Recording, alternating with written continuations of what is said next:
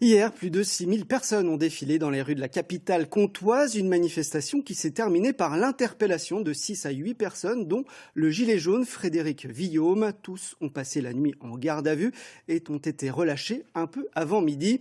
Les explications de Vanessa Hirson et David Martin. Un rassemblement de soutien était programmé devant le commissariat de Besançon. Il a été annulé après la levée des gardes à vue des 6 personnes arrêtées. Hier, à l'issue de la manifestation, un groupe se dirige vers la City et la Chambre de commerce et d'industrie, où se déroule une réunion entre plusieurs élus.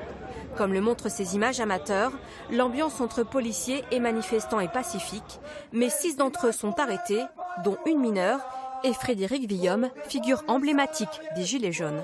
Il y a eu un petit sit-in qui a duré 2-3 minutes, donc c'était avenue Louise Michel. Les policiers étaient déjà postés. Ils ont fait une sommation et dans la minute qui a suivi, ça a été un assaut. Il y avait une soixantaine de fonctionnaires qui étaient présents sur le terrain face à une trentaine ou une quarantaine de manifestants pacifiques. Et puis surtout, ça a été une charge ininterrompue. Les organisations syndicales qui ont eu vent de ces arrestations dénoncent l'acharnement des policiers sur le monde militant. On avait pu le voir déjà à Besançon il y a à peu près 2 ans avec l'affaire qu'il y avait eu à la fac, avec déjà les personnes de la fac qui avaient été mis en garde à vue et poursuivies pénalement pour avoir simplement fait une intrusion dans le conseil d'administration. Et on voit aussi dans le monde syndical aussi les gens qui se battent, les gilets jaunes, qu'il n'y a jamais eu autant de répression. Une accusation que récuse fermement le commissaire divisionnaire. Il n'y a pas eu d'acte de violence, aucun usage de matraque.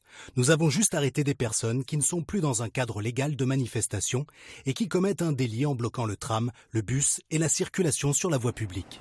Sur les 6 personnes relâchées, 2 font l'objet de compensation pénale. Frédéric Villaume, lui, sera convoqué en mars devant le tribunal correctionnel de Besançon. Dans un communiqué, l'intersyndicale demande l'abandon des poursuites pénales.